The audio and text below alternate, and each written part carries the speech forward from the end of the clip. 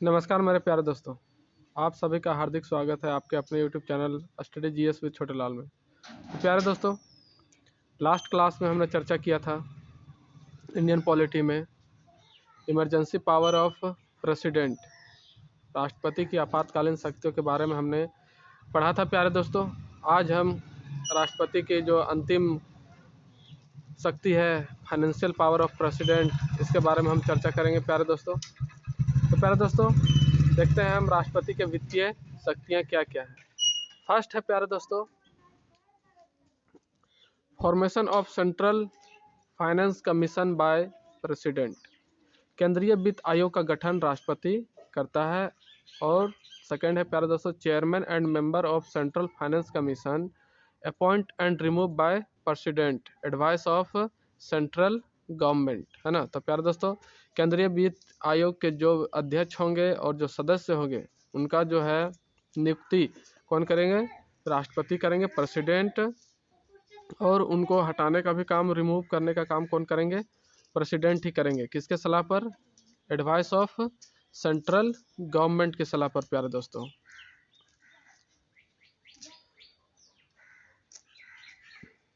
ये जो बात है प्यारे दोस्तों बताया गया है आर्टिकल 280 में, है ना। आर्टिकल 280 में बताया गया है कि केंद्रीय वित्त आयोग के जो अध्यक्ष और जो सदस्य होंगे उनको नियुक्ति करने का और हटाने का जो काम है वो कौन करेगा? राष्ट्रपति करेगा, है ना, सेंट्रल गवर्नमेंट की सलाह पर। लेकिन कौन से आर्टिकल के तहत? आर्टिकल 280 के तहत। तो ये था प्यारे दोस्तों फाइनेंशियल पावर ऑफ प्रेसिडेंट। आगे हम चर्चा करते हैं प्यारे दोस्तों फाइनेंशियल पावर ऑफ गवर्नर। एक गवर्नर का कौन कौन सा फाइनेंशियल पावर दिया गया है हमारे संविधान में, उसके बारे में हम चर्चा करते हैं प्यारे दोस्तों।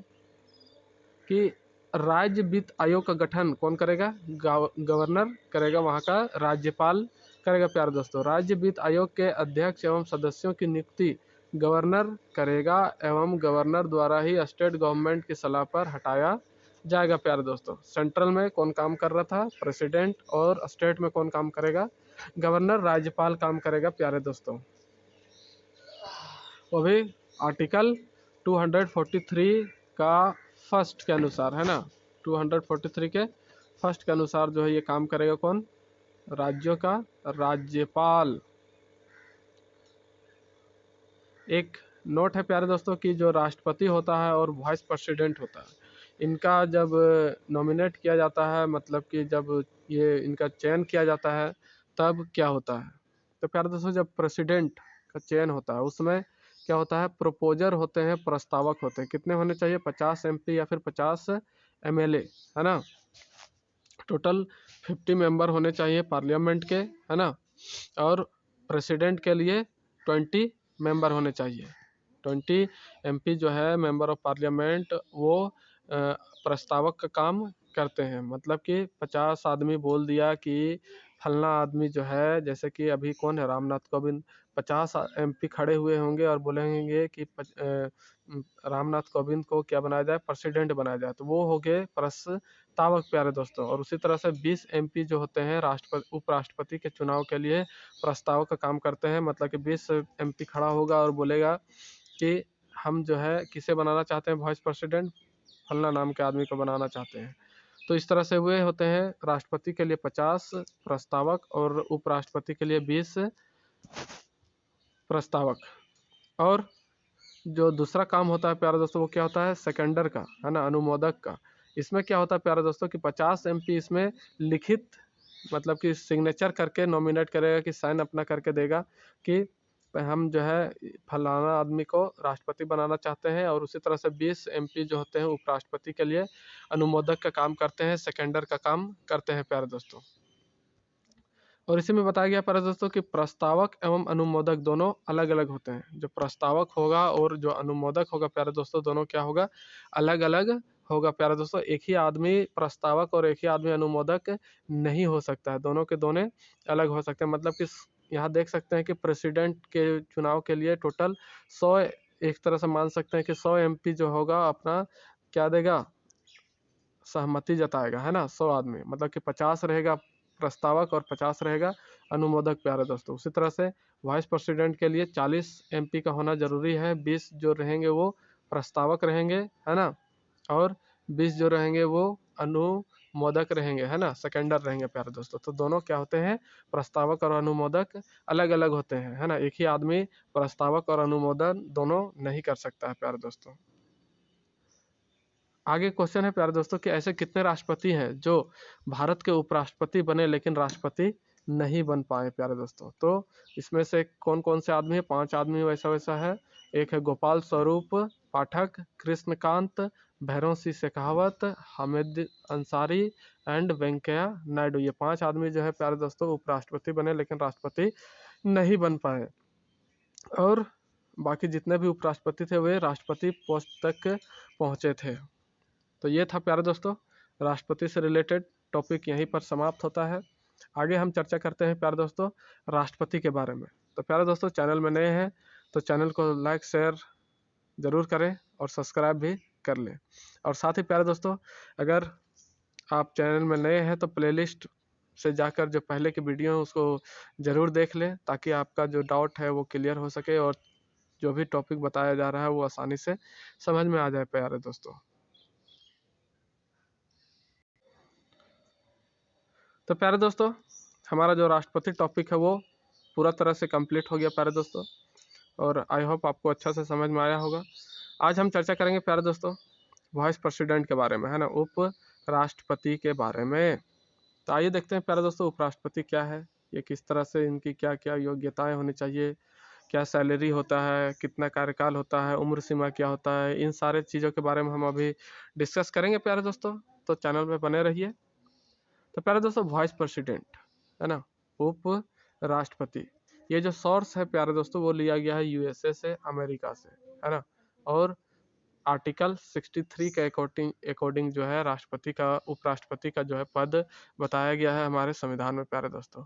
तो उपराष्ट्रपति 2 तरह से काम करता है प्यारे दोस्तों। हमारे देश भारत में उपराष्ट्रपति जो है वो 2 तरह से काम करता है। कौन कौन प्यारे दोस्तों, एक होगा प्यारे दोस्तों कि vice president shall be ex officio chairman of Rajya Sabha, है ना।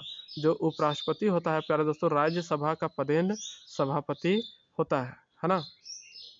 राज्यसभा का पदेन सभापति कौन होता है, उपराष्ट्रपति वाइस प्रेसिडेंट। यह हमारे आर्टिकल 64 में वर्णित है, बताया गया है प्यारे दोस्तों। जो राज्यसभा का सभापति होगा, पदेन सभापति, वो कौन होगा, उपराष्ट्रपति होगा प्यारे दोस्तों। ये हमारे आर्टिकल 64 में मेंशन है।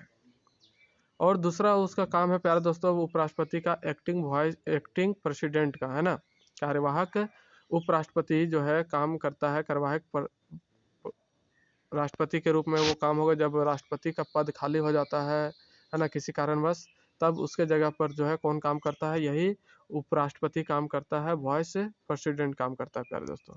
ये आर्टिकल 65 में वर्णित है। आर्टिकल 65 में बताया गया है कि जो उपराष्ट्रपति है वो राष्ट्रपति जब नहीं होंगे या फिर किन्हीं कारणवश उनका जो है पद खाली रह जाए, तब उपराष्ट्रपति जो है राष्ट्रपति का कार्यभार संभालेगा। ये आर्टिकल 65 में वर्णित है प्यारे दोस्तों। आगे देखते हैं प्यारे दोस्तों कि जो उपराष्ट्रपति होता है ना, ये चेयरमैन ऑफ राज्यसभा होता है, लेकिन मेंबर ऑफ राज्यसभा नहीं होता है प्यारे दोस्तों। जो उपराष्ट्रपति होगा प्यारे दोस्तों वो मेंबर ऑफ राज्यसभा होता है, सॉरी, मेंबर ऑफ राज्यसभा नहीं होता, लेकिन चेयरमैन ऑफ राज्यसभा होता है, राज्यसभा का पदेन सभापति होता है ना। और उपराष्ट्रपति के पास ऑर्डिनरी वोट, साधारण मत करने का अधिकार जो है प्यारे दोस्तों नहीं होता है। कोई भी साधारण जब बिल उल पास होता है तो साधारण मत करने का अधिकार उपराष्ट्रपति के पास नहीं होता है ना। उपराष्ट्रपति के पास केवल और केवल कास्ट वोट इन राज्यसभा का अधिकार होता है ना। कास्ट वोट कहने का मतलब है प्यारे दोस्तों निर्णायक मत, है ना। जब कोई बिल पास हो रहा है या फिर कोई चीज़ के लिए वोटिंग की जा रही हो राज्यसभा में, और वहाँ जब टाई हो जाता है, वोटिंग क्या हो जाएगा, टाई हो जाएगा, ड्रॉ हो जाएगा, तब क्या करते हैं निर्णायक मत, फैसला लेने के लिए, निर्णय लेने के लिए ही उपराष्ट्रपति को निर्णायक मत देने का, कास्ट वोट देने का अधिकार होता है ना। जिससे उस फैसले का समाधान या फिर उस बिल का पास या ना पास करने का जो भी होगा वो फैसला लिया जाएगा प्यारा दोस्तों। तो यही होता है कास्ट वोट इन राज्यसभा, है ना। जब कोई भी चीज़ के लिए वोट होता है राज्यसभा में, और वो जब ड्रॉ हो जाता है, मतलब कि टाई हो जाता है प्यारे दोस्तों, तब उस समय कास्ट वोट देने का अधिकार कौन है, किसके पास है? उपराष्ट्रपति के पास। कहाँ पर? राज्यसभा में प्यारे दोस्तों। आगे देखते हैं प्यारे दोस्तों हम कि ये जो एक्स ऑफिशियो पद होता है ना, एक्स ऑफिशियो जो पद है वो क्या होता है? पदेन का जो चयन होता है प्यारे दोस्तों, ना ही सिलेक्शन होता है उसका, ना ही इलेक्शन होता है, ना ही नॉमिनेट, ना ही अपॉइंट किया जाता है ना। जो उपराष्ट्रपति है प्यारे दोस्तों, उसका जो है सिलेक्शन का तरीका, वो ना ही सिलेक्शन उसका किया जाता है, ना ही चुना जाता है ना, ना ही इलेक्ट, ना वोट किया जाता है, ना नॉमिनेट किया जाता है, ना ही उसका नियुक्त किया जाता है। और एक्टिंग प्रेसिडेंट जो है प्यारे दोस्तों, कोई भी वाइस प्रेसिडेंट आर्टिकल 65 के अकॉर्डिंग वो काम करता है ना, एक्टिंग प्रेसिडेंट का। और एक्टिंग प्रेसिडेंट पहले किसको बनाया जाता है? पहले वाइस प्रेसिडेंट जो भी होगा उसको एक्टिंग प्रेसिडेंट के लिए चयन किया जाता है। और अगर वाइस प्रेसिडेंट भी ना रहे तब कौन बन सकता है? सीजीआई बन सकता है ना। ये रंजन गोगोई जो है अभी नहीं है प्यारे दोस्तों, चेंज हो गए हैं। तो इसको तो मैं पहले भी बताया हूँ। तो ये जो है शरद अरविंद बोबड़े हैं जो प्यारे दोस्तों अभी सीजीआई है ना। और सीनियर जज, अगर सीजीआई भी अवेलेबल नहीं रहा उस समय प्यारे दोस्तों, पहले मौका मिलता है वाइस प्रेसिडेंट को एक्टिंग प्रेसिडेंट बनने का। अगर वाइस प्रेसिडेंट भी ना हो तो सीजीआई बन सकता है, चीफ जज ऑफ इंडिया है ना, वो बन सकता है। अगर ये भी ना रहा तो जो सीनियर जज होगा सुप्रीम कोर्ट का प्यारे दोस्तों, उसको बनाया जाता है क्या? एक्टिंग प्रेसिडेंट है ना। आगे देखते हैं प्यारे दोस्तों कि उपराष्ट्रपति को अपने पद के लिए कभी भी सैलरी नहीं मिलती है प्यारे दोस्तों। ये क्या हो रहा है? तो उपराष्ट्रपति को अपने पद के लिए कभी भी सैलरी नहीं मिलती है। उपराष्ट्रपति को अपने पद का कोई भी काम नहीं होता है प्यारे दोस्तों। जो उपराष्ट्रपति है उसके पद के लिए उसका कोई भी काम नहीं होता, या तो वो काम करेगा राज्यसभा के सभापति के रूप में है ना, या फिर एक्टिंग प्रेसिडेंट के रूप में। ये पहले हमने चर्चा किया था। और उपराष्ट्रपति का अपना कुछ काम नहीं होता है ना। वो दो तरह से काम करता है, एक राज्यसभा का सभापति के रूप में और कार्यवाहक राष्ट्रपति के रूप में प्यारे दोस्तों। इसलिए इनको भी अपने पद का कभी भी सैलरी नहीं दिया जाता है। उपराष्ट्रपति को अपने पद का कोई काम नहीं होता। उपराष्ट्रपति यह तो चेयरमैन ऑफ राज्यसभा एवं कार्यवाहक राष्ट्रपति के रूप में काम करेगा। जब राष्ट्रपति का पद खाली हो जाता है तब वो कार्यवाहक राष्ट्रपति बनता है ना। और हमेशा उनको पेमेंट किस पद के लिए दिया जाता है? चेयरमैन ऑफ राज्यसभा के लिए ही पेमेंट उनको मिलता है। उनके उपराष्ट्रपति पद के लिए कभी भी पेमेंट नहीं मिलता है प्यारे दोस्तों। तो वही क्वेश्चन आ गया प्यारे दोस्तों यहाँ पर कि वह कौन सा पद है जिसको अपने पद का सैलरी कभी भी नहीं मिलता? वो है उपराष्ट्रपति। ये बहुत ही प्यारा क्वेश्चन है प्यारे दोस्तों, एग्जाम में बार बार आते रहता है ना। बहुत ही इंपॉर्टेंट क्वेश्चन है। तो आई होप आप इस क्वेश्चन को आसानी से बना सकेंगे कभी भी एग्जाम में आए तो यह था उपराष्ट्रपति के बारे में प्यारे दोस्तों। और अभी डिटेल्स और जानकारी लेनी है तो हम देखते हैं आर्टिकल 100 के बारे में प्यारे दोस्तों कि आर्टिकल 100 जो है क्या बताता है। ऑर्डिनरी वोट इन हाउसेस है ना, लोकसभा एंड राज्यसभा सदनों में साधारण मत का जो है वर्णन करता है कौन? आर्टिकल 100 है ना। मेंबर ऑफ हाउसेस जो मेंबर होंगे हाउस के, राज्यसभा या फिर लोकसभा के, वही क्या कर सकते हैं? साधारण वोट का इस्तेमाल कर सकते हैं, प्रयोग कर सकते हैं। और कास्ट वोट इन हाउस, ये भी आर्टिकल 100 में बताया गया है प्यारे दोस्तों। आर्टिकल 100 में दो चीज़ बताई गई है, एक साधारण मत और एक कास्ट वोट इन हाउसेस। तो सदनों में निर्णायक मत ये कौन करता है प्यारे? ओनली हेड ऑफ हाउसेस, जो हाउस का हेड होगा है ना। जैसे कि अभी राज्यसभा का उपराष्ट्रपति होगा है ना, वेंकैया नायडू जी। और लोकसभा का जो है कौन हेड, कौन है? ओम बिड़ला। कौन है प्यारे दोस्तों? ओम बिड़ला है। तो ये जो है वो जब क्या हो जाएगा, कोई भी अगर वोट ड्रॉ हो जाता है कहाँ पर? लोकसभा में, तब ओम बिड़ला जो है उसको निर्णायक मत के तौर पर अपना वोट दे सकते हैं, लेकिन साधारण मत का प्रयोग नहीं करेंगे प्यारे दोस्तों। आगे देखते हैं वाइस प्रेसिडेंट के बारे में ही प्यारे दोस्तों कि वाइस प्रेसिडेंट क्या होता है कि चेयरमैन ऑफ राज्यसभा होगा, है ना, मेंबर ऑफ राज्यसभा नहीं होता है, और ऑर्डिनरी वोट इन राज्यसभा नहीं दे सकता साधारण मत। वो क्या कर सकते हैं, कास्ट वोट इन राज्यसभा निर्णायक मत ही सिर्फ दे सकते हैं। कब, जब टाई कोई चीज़ हो जाता है तब। आगे देखते हैं प्यारे दोस्तों, वाइस प्रेसिडेंट, है ना। तो वाइस प्रेसिडेंट हम तो देख ही रहे हैं। तो वाइस प्रेसिडेंट के बारे में और क्या चीज़ बताया गया है कि मेंबर ऑफ राज्यसभा नहीं होगा, है ना। इसका ओथ जो है, शपथ दिलाने का काम कौन करेंगे, राष्ट्रपति करेंगे, प्रेसिडेंट। और रिजाइन कौन दे, किसको देगा प्यारे दोस्तों, ये प्रेसिडेंट को देगा आर्टिकल 67 के ए के अकॉर्डिंग, है ना। आर्टिकल 67 ए के अकॉर्डिंग जो है प्रेसिडेंट को अपना रिजाइन देता है, इस्तीफा देता है कौन, वाइस प्रेसिडेंट प्यारे दोस्तों। और वाइस प्रेसिडेंट का जो टेन्योर होगा, कार्यकाल होगा प्यारे दोस्तों, वो होता है 5 ईयर्स, 5 वर्ष। और इनका जो इलेक्शन होता है, चुनाव जो होता है प्यारे दोस्तों, वो इनडायरेक्ट होता है ना। क्या होता है, इनडायरेक्ट, जिसमें पार्टिसिपेट कौन करते हैं, total member of Lok Sabha and Rajya Sabha. Total member of जो लोकसभा और राज्यसभा होगा, वही जो है इस पर वोट डालने का काम करते हैं। आर्टिकल 66 के 1 के अनुसार, कौन सा आर्टिकल प्यारे दोस्तों, 66 के 1 के अनुसार जो है चयन किया जाता है किसका, वाइस प्रेसिडेंट का, मतलब कि वोट डालते हैं total member of Lok Sabha and Rajya Sabha. आगे देखते हैं प्यारे दोस्तों, री इलेक्शन, है ना, कि कोई भी उपराष्ट्रपति उसका री इलेक्शन होता है या नहीं होता है ना। तो री इलेक्शन होता है ना, यस। कोई भी उपराष्ट्रपति वो फिर से उपराष्ट्रपति के पद के लिए चुनाव लड़ सकता है। और जिस तरह से हम देखते हैं कि डॉक्टर राधा कृष्णन जो थे वो 2 बार बने थे, और मोहम्मद हामिदन अंसारी जो थे प्यारे दोस्तों, वो भी 2 बार उपराष्ट्रपति बन चुके हैं। मिनिमम एज कंप्लीटेड 35 ईयर्स, न्यूनतम आयु जो है प्यारे दोस्तों वो 35 साल कंप्लीट होना चाहिए। और मैक्सिमम एज नो लिमिट है, मतलब कि कितना भी हो सकता है 35 से ज़्यादा।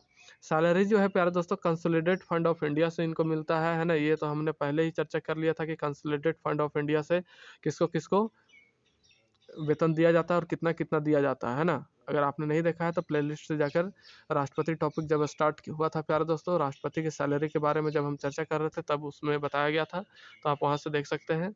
और भारत की संचित निधि से इनको जो पेमेंट मिलता है वो कितना मिलता है, 4 लाख मिलता है, 4 लाख मिलता है प्यारे दोस्तों उपराष्ट्रपति को।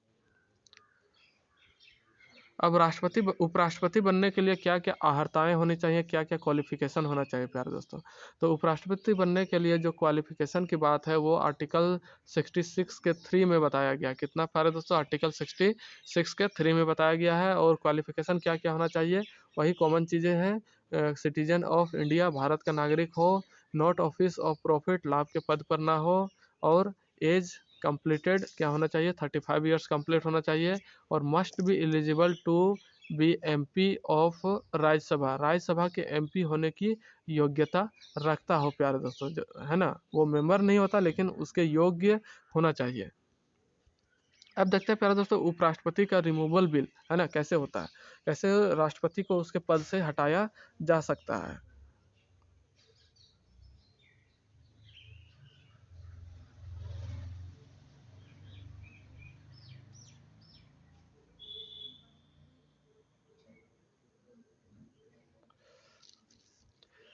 तो देखते हैं प्यारे दोस्तों, रिमूवल बिल, है ना, कैसे हटाया जाएगा। तो आर्टिकल 67 के बी के अनुसार जो है राष्ट्रपति उपराष्ट्रपति को उसके पद से हटाया जा सकता है प्यारे दोस्तों, है ना, आर्टिकल 67 के बी के अकॉर्डिंग। तो पहले ये क्या होगा, राज्यसभा में, है ना, फर्स्टली इंट्रोड्यूस्ड इन राज्यसभा, सबसे पहले बिल जो है राज्यसभा में रखा जाएगा, है ना।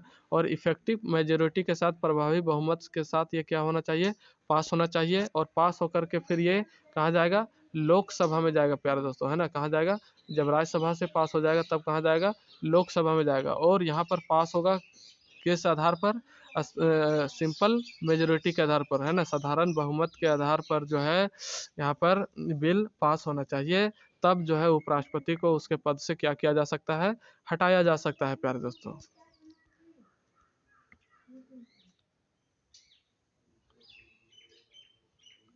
आगे देखते हैं प्यारे दोस्तों कि जो first vice president of India थे कौन, डॉक्टर राधा कृष्णन थे। और प्रेजेंट में कौन है, वेंकैया नायडू है ना। और जो वेंकैया नायडू है प्यारे दोस्तों, वो पद के अनुसार वो 15वां व्यक्ति हैं।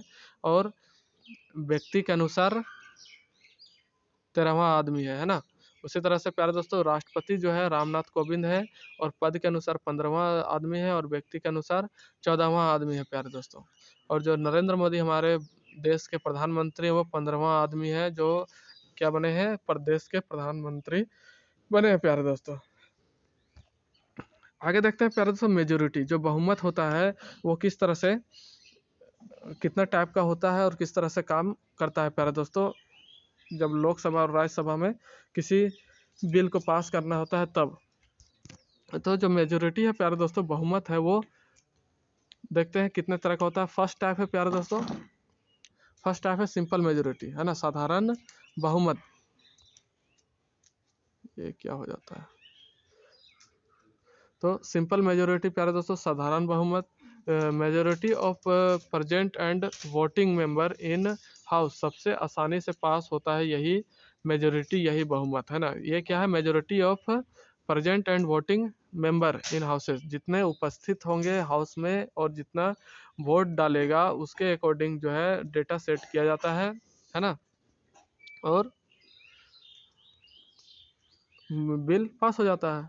मान के चलिए कि अगर हाउस में जितना सीट है उसमें से अगर जैसे लोकसभा है, लोकसभा में अगर 340 आदमी जो है प्रेजेंट है ना, और 340 में जो वोट डालेगा, अगर मान के चलिए 200 आदमी एक पक्ष पर वोट डाल दिया, है ना, तो इसकी जीत हुई, यह बिल पास हो गया, क्योंकि बाकी 140 जो है वो विपक्ष में वोट डाल रहे हैं। तो यही होता है साधारण मत प्यारे दोस्तों, है ना, कि जितने आदमी जो है प्रेजेंट है और जितना आदमी वोट डाल रहा है उसी का रेशियो निकाला जाता है।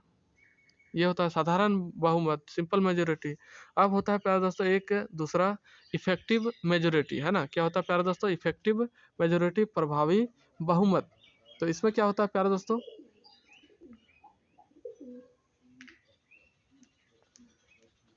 कि इफेक्टिव मेजोरिटी में, प्रभावी बहुमत में, इसमें जैसे कि राज्यसभा है ना, एग्जाम्पल के लिए राज्यसभा है, उसमें 245 सीट है, एमपी है टोटल 245, जिसमें से कुछ सीट जो है प्यारे दोस्तों खाली रहता है ना। फॉर एग्जांपल जैसे कि 5 सीट यहाँ खाली है, और खाली रहने का रीज़न क्या होता है प्यारे दोस्तों, कि कोई रिजाइन दे दिया, किसी को रिमूव कर दिया गया, किसी की डेथ हो गई, है ना। तो इस तरह से कुछ सीटें खाली रहती हैं। तो मान के चलिए कि अगर 5 सीट जो है प्यारे दोस्तों वो खाली है ना, 245 में 5 सीट खाली है, तो 240 जो है मेंबर अभी प्रेजेंट है कहाँ, राज्यसभा में। टोटल मेंबर कितने हुए, 240, 5 खाली रह गया। तो 240 का जो 50% होगा प्यारे दोस्तों, है ना, 240 का 50% प्लस 1, जितना मेंबर होगा उतना से पास होना चाहिए कोई भी बिल, है ना। तो टोटल नंबर ऑफ क्या होगा, मेंबर होगा, है ना, उसका 50% प्लस 1 जो है प्यारे दोस्तों, जैसे कि 240 यहाँ पर था सीट, 240 का 50% 120, और उसमें 1 ऐड कर दिया तो हो गया 20, 121। तो 121 मत से जो है बिल पास होना चाहिए, यही है इफेक्टिव मेजोरिटी, प्रभावी बहुमत प्यारे दोस्तों, है ना। और इसका ज़रूरत कब होता है, नीड कब होता है प्यारे दोस्तों, ज़रूरत रिमूव ऑफ वाइस प्रेसिडेंट और speaker of Lok Sabha, speaker of Lok Sabha को हटाना हो या फिर वाइस प्रेसिडेंट को हटाना हो, तब ये इफेक्टिव मेजोरिटी का प्रयोग करके ही इनको हटाया जाता है प्यारे दोस्तों। एक होता है स्पेशल मेजोरिटी प्यारे दोस्तों, विशेष बहुमत, है ना। ये भी 3 तरह का होता है। इसमें देखते हैं प्यारे दोस्तों कि क्या क्या है इसमें कंडीशन। अरे इसमें क्या होता है प्यारे दोस्तों कि 2/3 मेजोरिटी ऑफ टोटल मेंबर, है ना, कुल सदस्यों का 2/3 बहुमत जो है वो काम करता है इसमें। और ये जो लिया गया है यूज इसका जो होता है प्यारे दोस्तों, ये किसमें होता है, रिमूवल ऑफ प्रेसिडेंट, आर्टिकल 61 के अनुसार, है ना। जो है प्यारे दोस्तों स्पेशल मेजोरिटी, विशेष बहुमत, 2/3 जो है वो क्या होना चाहिए, कुल सदस्यों का 2/3 बहुमत होना चाहिए। और ये किसको हटाया जाता है, रिमूवल ऑफ प्रेसिडेंट, राष्ट्रपति को हटाने में इसका यूज किया जाता है। और ये आर्टिकल 61 में वर्णित है प्यारे दोस्तों। और दूसरा होता है प्यारे दोस्तों कि 2/3 majority of present and voting member, है ना, उपस्थित और मत देने वाले सदस्यों का 2/3 बहुमत। और क्या होता है, मेजोरिटी ऑफ टोटल मेंबर, है ना। जो ज़्यादा होगा प्यारे दोस्तों उसके अकॉर्डिंग ही क्या होगा, वो बिल पास होगा प्यारे दोस्तों। जितने टोटल मेंबर हैं उसका, जैसे कि टोटल मेंबर है 245 राज्यसभा में, है ना।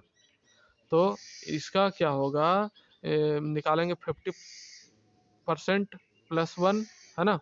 तो जो भी होगा प्यारे दोस्तों वो, और देखेंगे कि 2/3 majority of present and voting member, है ना, उपस्थित और मत देने वाले जो सदस्य हैं उसका 2/3 लेंगे। जो ज़्यादा होगा प्यारे दोस्तों उससे क्या किया जाएगा, बिल पास कर दिया जाएगा प्यारे दोस्तों।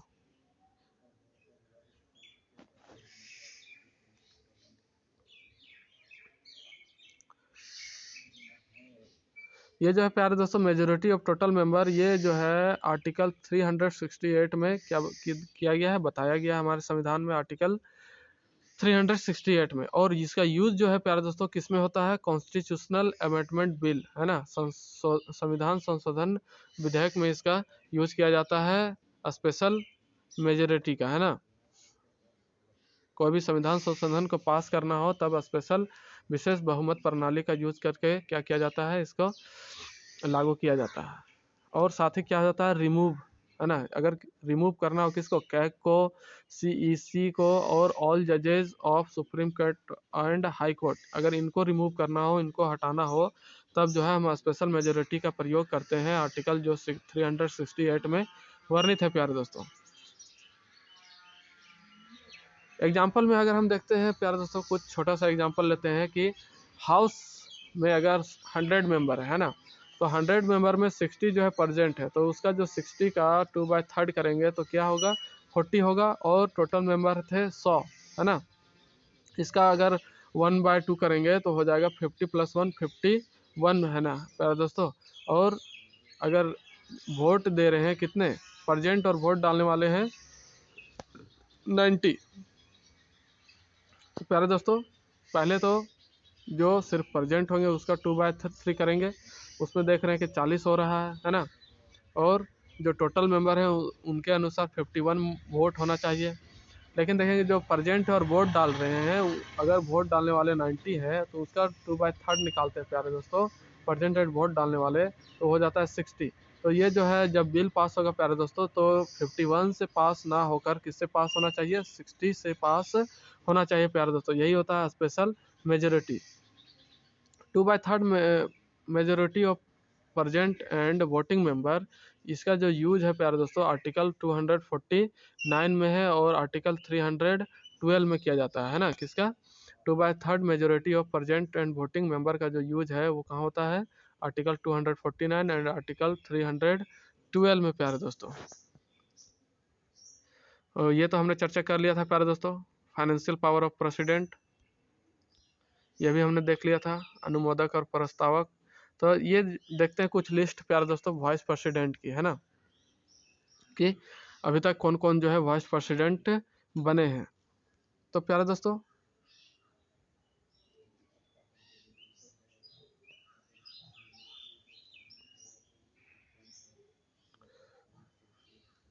फर्स्ट वाइस प्रेसिडेंट जो बने थे प्यारे दोस्तों वे थे डॉक्टर सर्वपल्ली राधाकृष्णन, 2 बार बने। उसके बाद डॉक्टर जाकिर हुसैन, उसके बाद वीवी गिरी, उसके बाद गोपाल स्वरूप पाठक, फिर बीडी जत्ती, फिर मोहम्मद हिदायतुल्लाह, फिर वेंकट रमन, फिर शंकर दयाल शर्मा, फिर KR नारायण। आगे देखते हैं प्यारे दोस्तों कि उसके बाद कृष्णकांत, फिर भैरव सिंह शेखावत, फिर हामिद अंसारी 2 बार, और फिर अभी है वेंकैया नायडू प्यारे दोस्तों, है ना। और इसके साथ देखते हैं प्यारे दोस्तों उपराष्ट्रपति से रिलेटेड कुछ और पॉइंट्स, कि जो डॉक्टर सर्वपल्ली राधाकृष्णन जो थे प्यारे दोस्तों वो USSR रूस के क्या थे, राजदूत भी रह चुके थे, है ना। कब, 1949 से 52 तक। और VV गिरी जो थे प्यारे दोस्तों वो श्रीलंका के उच्चायुक्त 1947 से 51 तक रह चुके थे। और KR नारायण जो थे प्यारे दोस्तों वो चीन के राजदूत 1976 से 78 तक रहे थे। और उपराष्ट्रपति को सैलरी चेयरमैन ऑफ राज्यसभा के रूप में मिलता है कितना, 4 लाख, ये हमने पहले ही चर्चा कर लिया था प्यारे दोस्तों। तो ये उपराष्ट्रपति का जो टॉपिक है प्यारे दोस्तों वो ख़त्म हो गया। अब हम बात करेंगे प्यारे दोस्तों council of minister of union government, संघ सरकार के मंत्री परिषद, ये हम नेक्स्ट वीडियो में चर्चा करेंगे प्यारे दोस्तों। तो वीडियो में अंतिम समय तक बने रहने के लिए आप सभी का सहृदय धन्यवाद प्यारे दोस्तों। मिलते हैं नेक्स्ट वीडियो के साथ, तब तक के लिए नमस्कार। और हाँ प्यारे दोस्तों, चैनल को लाइक शेयर जितना हो सके उतना दबा के करें, इसमें कंजूसी ना करें प्यारे दोस्तों। आपके लिए मैं इतना प्यारा प्यारा वीडियो बना रहा हूँ। तो प्यारे दोस्तों मिलते हैं नेक्स्ट वीडियो के साथ, तब तक के लिए नमस्कार।